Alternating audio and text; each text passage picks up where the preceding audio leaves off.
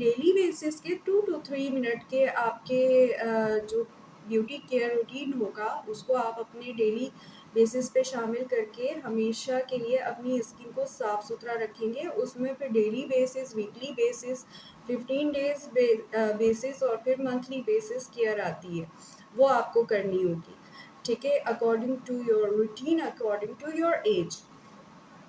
तो वो गाइडेंस आपको मैं भी दे सकती हूँ, बहुत अच्छी न्यूट्रिशनिस्ट जो होती हैं वो भी दे सकती हैं, और आपको कॉस्मेटोलॉजिस्ट भी दे सकती हैं, डर्माटोलॉजिस्ट भी दे सकती हैं, ब्यूटिशियंस भी दे सकती हैं।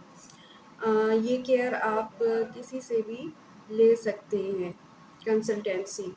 तो ये है कि उसके बाद हुआ ये कि हल्के-हल्के मेडिकेटेड स्किन के बाद, मेडिकेटेड प्रोडक्ट को यूज़ करने के बाद मेरी स्किन इतनी कंट्रोल में आ गई कि जब मैं चेहरा धोती थी तो ये होता था कि वो जो 100% से 70%, 50%, उसके बाद 40% तक मेरी स्किन जो है वो रिकवर हो गई।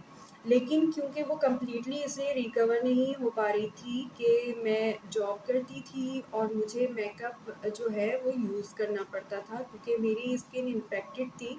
और हमारे पॉलर्स में देखें, मैं देखती हूँ कि पॉलर्स में हम लोगों का एक जो गलत सोच बनी हुई है कि ब्यूटिशियंस क्योंकि मेकअप अप्लाई करती हैं इसलिए उनकी स्किन ज़्यादा ख़राब होती है। उसकी एक वजह ये है कि जो बेचारी ब्यूटिशियंस होती हैं वो बहुत नीडी घराने से होती हैं, और ब्यूटी पार्लर्स में उनकी जितनी भी सैलरी या जितना भी पैकेज बन जाए तो उनके खर्चे बेचारियों के इतने होते हैं कि उन्होंने अपना घर, अपनी फैमिली पे वो खर्च करना होता है, ठीक है? वो वही बात है कि जो कमा रहा होता है, जो घर चला रहा होता है, वो अपनी केयर पे इनफ नहीं बाज़ दफ़ा उतनी केयर कर सकता। फिर ब्यूटिशियन का या नर्स हो गई या एयर होस्टेस हो गई, हम इन लोगों का मज़ाक, इन लोगों को बदनाम, इन लोगों के लिए एक बहुत बुरी सोच तो रखते हैं, लेकिन उससे बिल्कुल हट कर अगर हम एक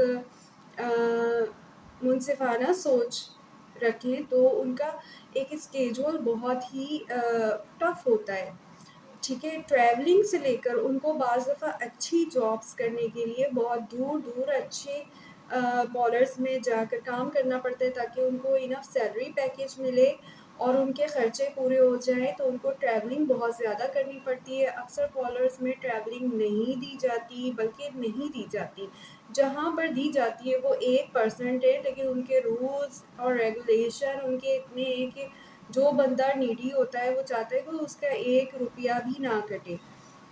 तो ये बातें आप लोगों को नहीं पता होती। आप लोग सिर्फ़ ये देखते हैं कि एक चमकती हुई दुनिया है और उसके लिए औरत क्योंकि बाहर निकली हुई है तो आप लोगों ने बातें बनानी है, ठीक है? तो अगर गलत चीज़ें देखें तो वो हर पेशे में, बल्कि बहुत ही मुअज़्ज़ज़ पेशों में भी नज़र आ जाती हैं। टीचिंग का पेशा है, वहाँ पर भी आपको गलत लोग मिल जाएँगे। तो सिर्फ़ चंद एक पेशों को जो है वो गलत साबित करने में लगना वो बहुत बुरी बात है। इतना जस्टिफ़ाई नहीं करना चाहिए।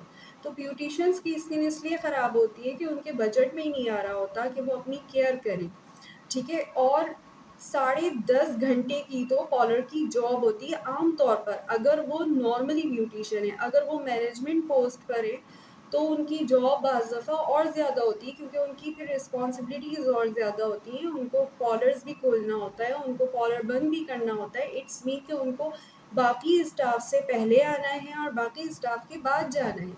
और फिर उनको ट्रैवलिंग करनी है, फिर घर जाना है, और थके हुए अगर घर की ज़िम्मेदारी है तो वो देखनी है। एक दिन उनको रैंडमली ऑफ डे मिलता है जिसमें वो अपने घर के काम निपटा रही हैं, अपनी फैमिली को भी देख रही होती हैं, फिर अपने पूरे ख़ानदान को भी देख रही होती हैं, बच्चों को भी देख रही होती हैं।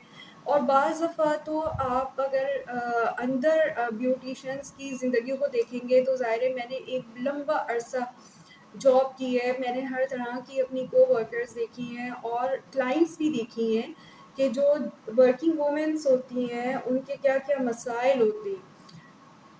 तो जो जितनी अच्छी पोस्ट पर होती हैं, जो जितनी अच्छी सैलरी पैकेज पे होती हैं, उनकी लाइफ़ उतनी ही टफ़ होती है। चाहे वो ब्यूटिशियन हो, चाहे वो टीचर हो, चाहे वो साइंटिस्ट हो। और उनको टाइम नहीं मिलता और फिर वो बाज़ दफ़ा स्किन पे कुछ भी नहीं अप्लाई कर रही होती, और मुँह धोकर फिर रही होती हैं और नतीजतन क्या होता है, क्योंकि पार्लर में हमारे पास तमाम प्रोडक्ट्स होती है, तमाम तरह की प्रोडक्ट्स होती है और स्किन केयर या जो भी ब्यूटिशियंस होती हैं, मेकअप कर रही होती हैं या हेयर स्टाइलिंग कर रही होती हैं, वो प्रोडक्ट हर तरह की फेशियल की हैं तो 10 तरह की फेशियल की प्रोडक्ट्स हैं, जिसमें फैशन प्रोडक्ट्स हैं, जिसमें मेडिकेटेड हैं, वो हमारे हाथों पे लगती हैं। बाज़ दफ़ा ब्यूटिशियंस को इतना टाइम नहीं होता कि वो अपने हाथ सही से धोएँ, वो क्या करती हैं बस हाथ जो है हैंड वॉश से एक दफ़ा धोया और दूसरी क्रीम लगाई, लेकिन ड्यूरिंग द फेशियल उनके हाथ उनके मुँह पे भी लग रहे होते हैं। तो इस तरह से उनकी स्किन पे तमाम प्रोडक्ट्स जो है वो अगर उस एनवायरनमेंट पे उनके कांटेक्ट होता है प्रोडक्ट का, तो उससे उनको एलर्जी हो जाती है, जिसकी वजह से उनकी स्किन जो है वो ख़राब रहती है। तो मैं उस इन्फेक्शन से बचने के लिए अपनी स्किन पर मेकअप बेस ज़रूर अप्लाई करती थी और जहाँ मैं वज़ू वग़ैरह के लिए मुँह धोती थी, तो मेरा मेकअप बेस ज़रा-सा जो कम होता था, तो उस दिन मुझे 1-2 दाने नए निकले हुए होते थे, क्योंकि मेरी स्किन पहले ही इन्फेक्टेड थी और मेडिकेटेड प्रोडक्ट के अलावा मेरी स्किन कुछ नहीं सह सकती थी। तो जहाँ थोड़ा-सा हाथ क्रीम वग़ैरह का मुँह पर लग गया, क्योंकि मैं मैनेजमेंट में भी थी, मुझे रिस्टोर भी करने होते थे, मुझे रिफ़िल भी करने होते थे, मुझे हर प्रोडक्ट देखनी होती थी।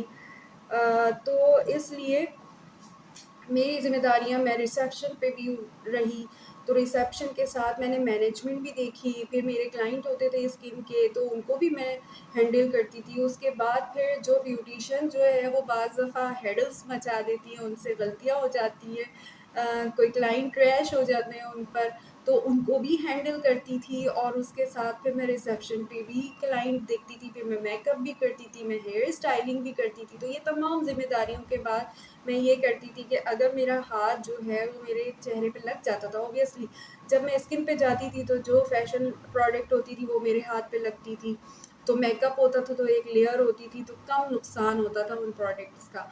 उसके बाद ये होता था कि घर जाती थी, घर जाकर बाज़ दफ़ा मेरा मुँह धुलता था सिर्फ़ और बस क्लींजिंग करके टोनर लगा के और दैट्स इट। और टोनर मेरा हमेशा जो है अर्क गुलाब होता था, वो लगा के मैं सो जाती थी। वीकली बेसिस पर मैं फेशियल कर रही होती थी, क्योंकि इतना टफ रूटीन और उसके बाद फिर इन्फेक्टेड स्किन और मेकअप, तो मैं वीकली बेसिस पर मैं अपना फेशियल करती थी, ताकि मेरी स्किन जो है वो इतनी गंदी ना हो, क्योंकि ज़ाहिर है इम्प्योरिटीज़ उसमें बहुत जल्दी स्टोर हो जाती थी, क्योंकि डैमेज स्किन थी, अभी भी है। सो हुआ ये कि जब मैंने एक पीरियड आया 2019 में, मैंने जॉब को खैरबाद कह दिया, उसके बाद मैंने जॉब नहीं की।